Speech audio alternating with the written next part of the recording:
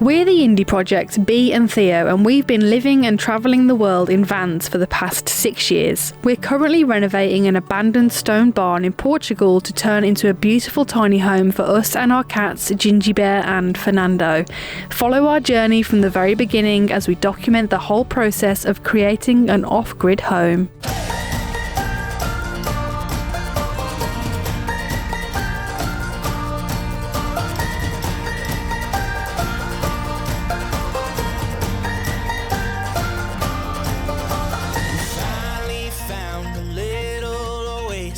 Off the map, no reservations, got this chance, might as well take it. Oh, let's go.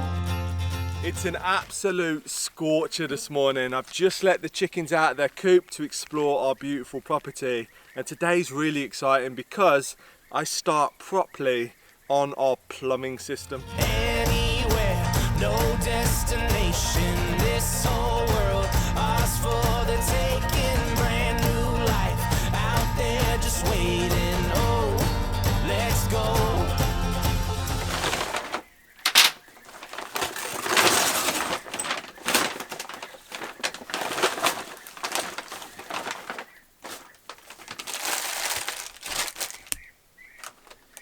I'm so happy that this particular job is in the shade under the lean-to because it's 9 o'clock in the morning and it's already 30 degrees, which is just... it's just crazy, and it will get up to probably 38 degrees. Here I've got my diagram that I took with me to the store so I could buy the right components. I've got so many different components to go through and set up. It's probably going to take a while. I've never done this before. I've never done any plumbing apart from in our van when we built our van out, and that was a really simple foot pump system and a really simple drainage system as well. So this is a whole nother ball game, but I'm confident that I can do it. Don't need a rainbow for clover fields. We'll open the sky, make the clouds disappear. For every day that the world makes us feel like giving up, we'll make our own luck.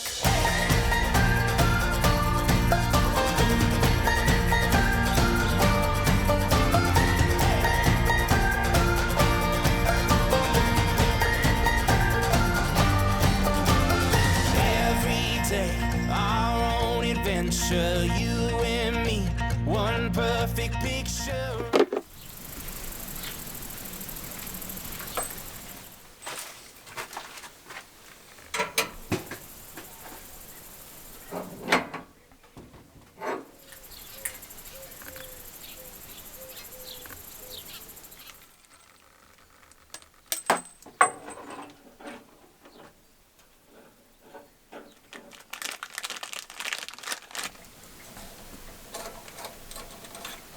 So I've just fitted the 2 longer braided hoses that I got for the city, along with a valve here so I can isolate before it goes into the boiler.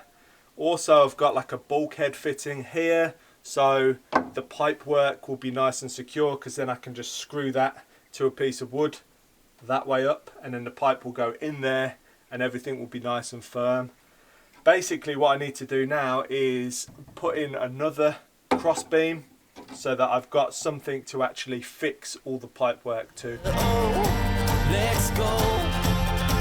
We don't need a rainbow or 4 clover fields. We'll open the sky, make the clouds disappear. For every day that the world makes us feel like giving up, we'll make our own luck.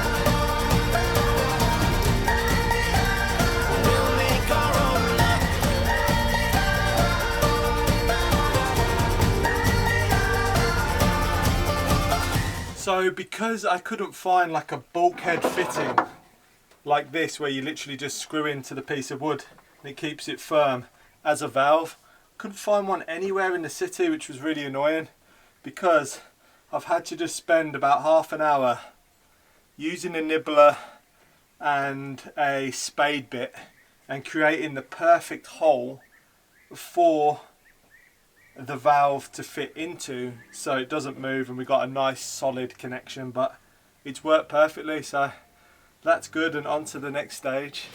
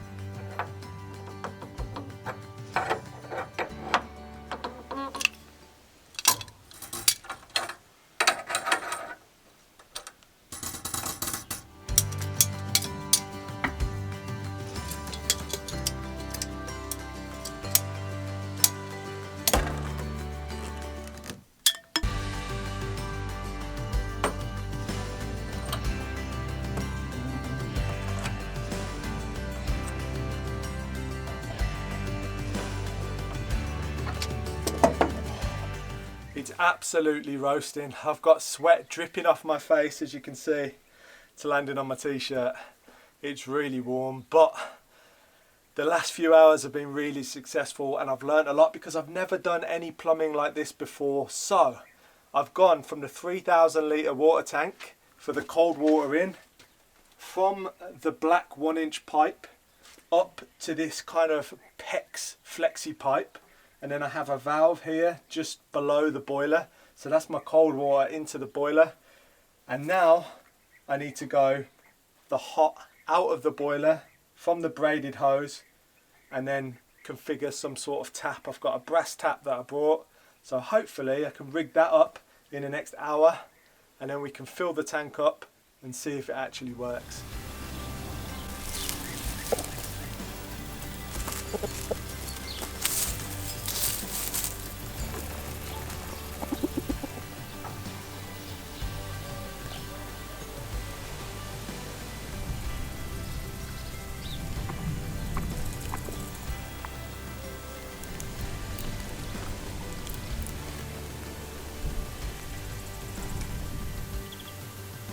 You're probably wondering what this slinky type thing is.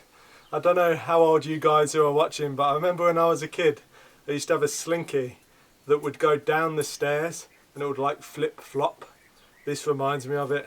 But basically, it's a pipe bender. So you put this in here and you can bend the pipe to your desired bend without actually like damaging the pipe, which is really cool. So I'm just using that to straighten it out a bit. And then I'm ready to start plumbing for the tap.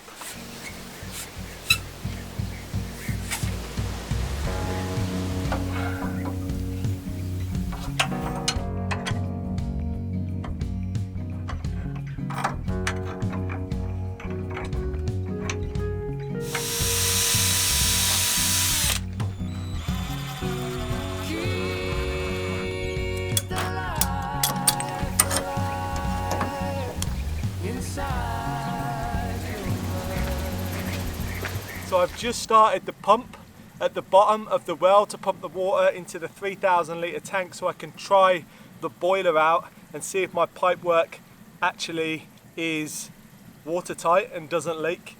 However, I do have a small leak here on this join, and I have a small leak over nearer the tank on one of the joins there, but that's easily rectified.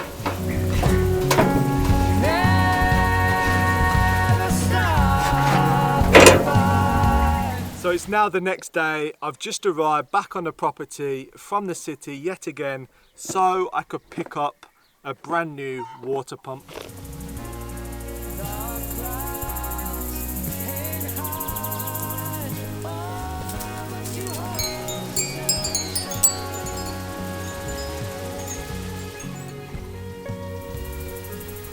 So this is the pump that I've just picked up from the city. It's got a pressure switch, just wired it all together. And what I did yesterday evening is, you saw me fill up the water tank. I probably filled about 300 or 400 litres into that tank because I wanted to see if it had enough pressure at the lower end of the tank to actually ignite the boiler, and unfortunately we didn't. The reason I wanted to try that is because we haven't installed our proper solar system in the house. We're still waiting for some parts, so once that's installed I'll have more than enough electricity to run this pump, but unfortunately the pressure wasn't enough just from the gravity of the tank to ignite the boiler. So I've gone out, I've got the pump, and I'm just going to install this today because it's needed to make the hot water work and the boiler work, and we want running warm water ASAP.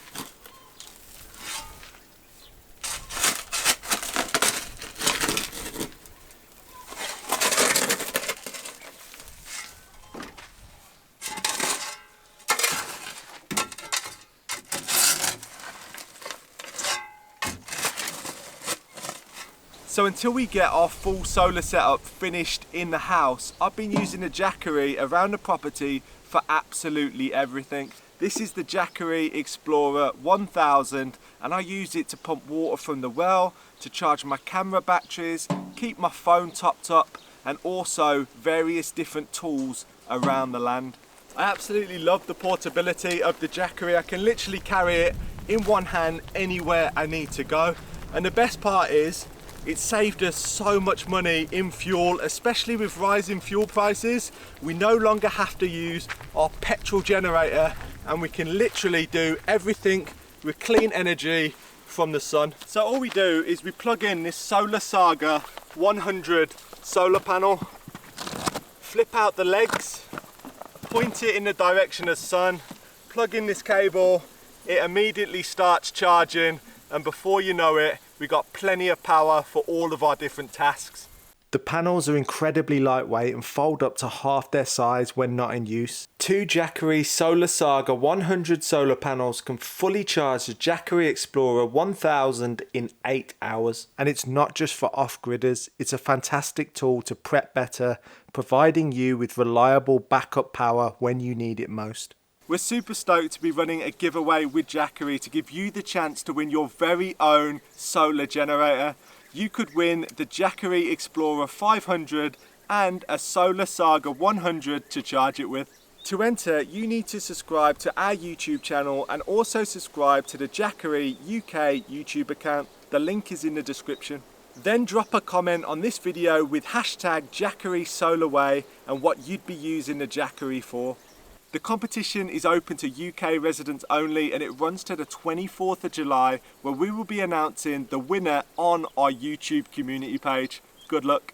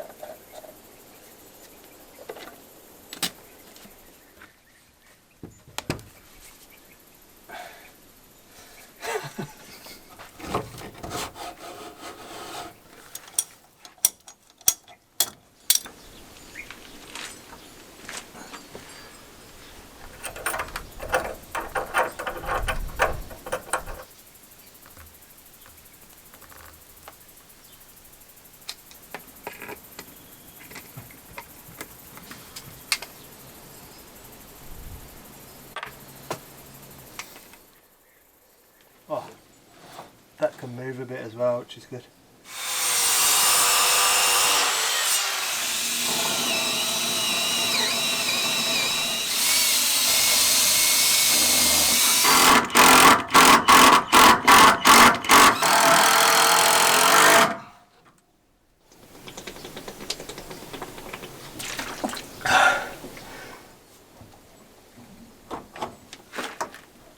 So all is going well so far. I have attached all of the piping from the 3,000 litre tank it now goes directly into the pump, and now I need to take the smaller pipe that goes into the boiler out of the pressure switch, and I built this little little step out just so I've got a little bit more room to move around if I need to just fine tune everything. But yeah, I'm ready to go.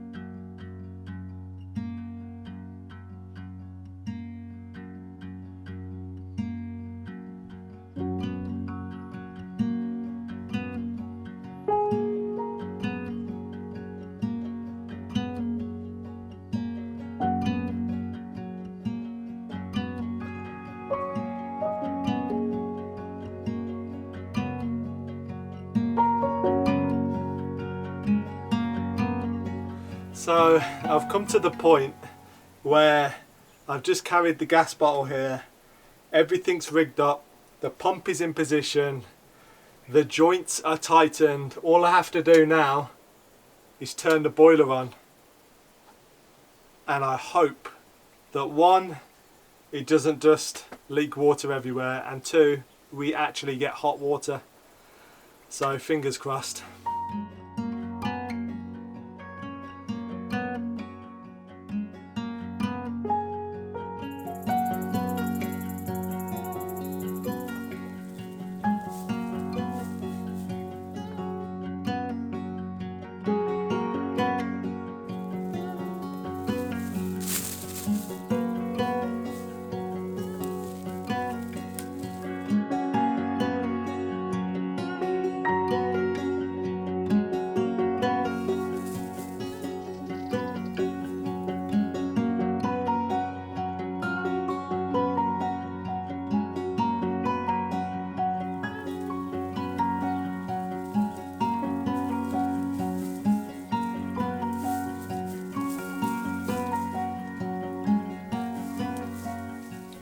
I'm not gonna lie, I'm slightly nervous, but I'm also very confident that this tap is gonna produce nice, clean, hot water. All I gotta do is turn the tap, which should then start the pump. We should hear a whirring noise because I've got a similar pump, if not the same pump, down at the well. And we should hear a whirring noise, and then the pressure switch should switch on when I turn the tap. So this kind of signifies what's gonna be inside the house. This was like a little test to see if I could actually make it work. So here goes, and it should be hot.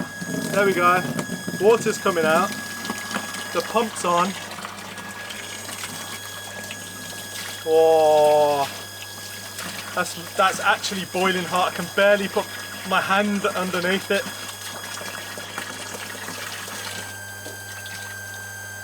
And as far as I can see over my shoulder, there's nothing leaking. It seems to be holding pressure. Yeah, it's holding pressure. Oh, we definitely don't want hot water today. It's so warm. But we have it now. It's going to make life so much easier doing tasks like washing up, where usually we have to boil a kettle, and if it's windy, it's quite annoying. So this is a game changer.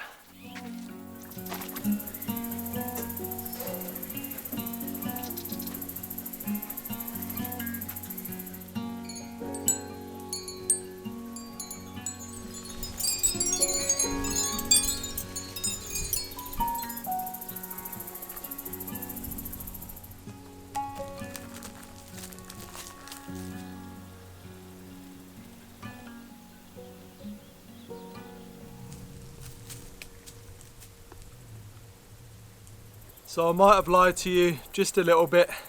I didn't realise, but I went and checked. I left the tap running and there was a little leak, just a tiny one. But I managed to sort it out really quickly, and now there are no leaks and the system is up and running, and we can have nice hot water. I've got myself a nice cold drink. It's boiling hot, and right now I'm probably going to go and fill the pool by the well and go for, I was going to say a swim, but more a dip.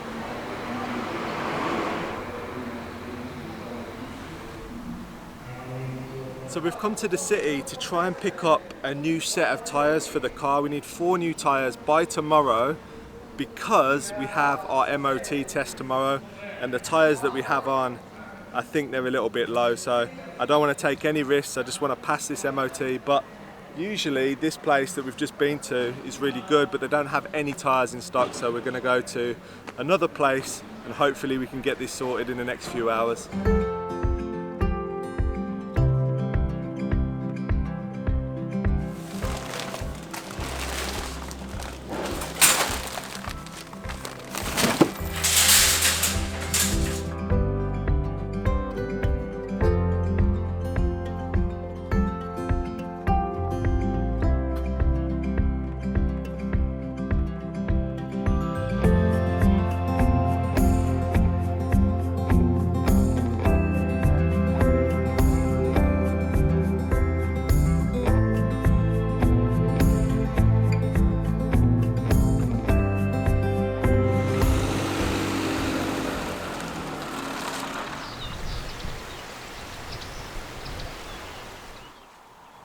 We have just arrived in the mountains.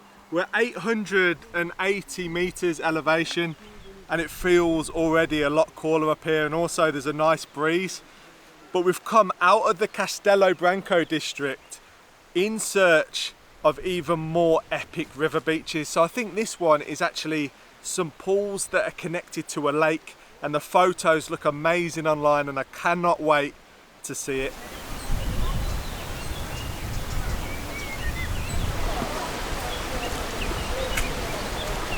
Like some pool system.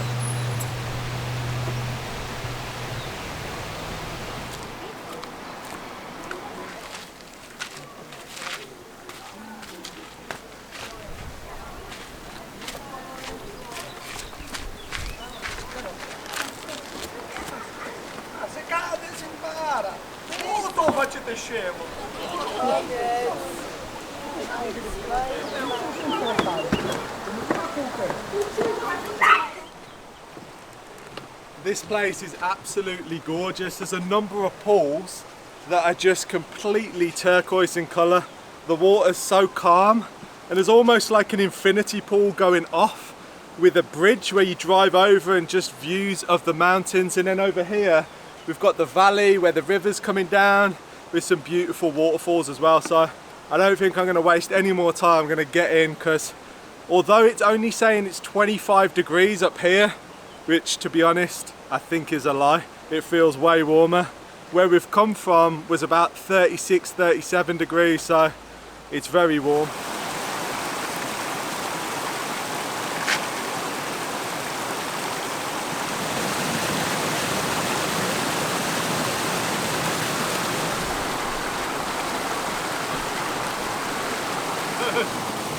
It's actually so nice. It's definitely the coldest water yet.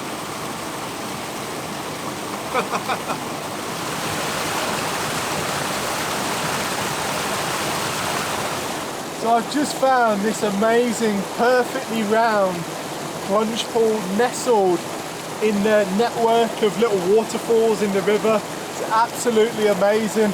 I'm just gonna probably stand here for the next 5 or 10 minutes to cool down. And the great thing about this pool is I'm the perfect height for it. I can stand up just like this and it's just hitting my shoulders. It is lovely.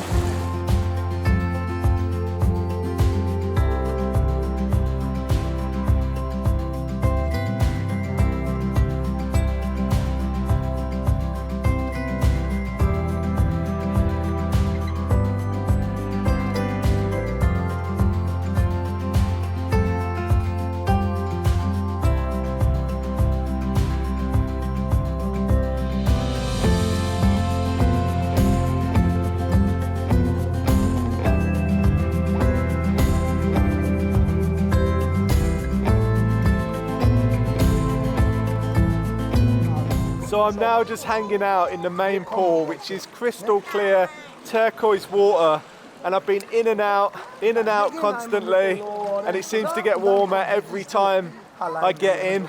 And if you're wondering about where we're actually located, we're in the Estrela mountain range right at the top, and this is actually the tallest mountain range in mainland Portugal.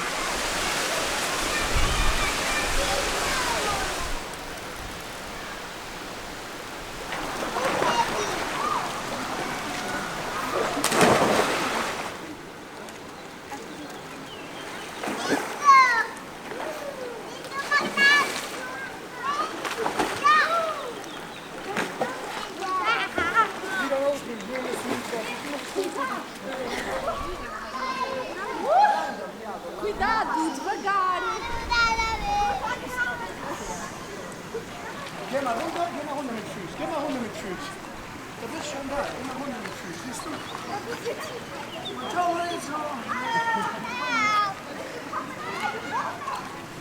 It's fair to say that this river beach was a great success. It's just so nice being in the mountains, the fresh air, the secluded pools, the coolness up here, and there's a nice breeze.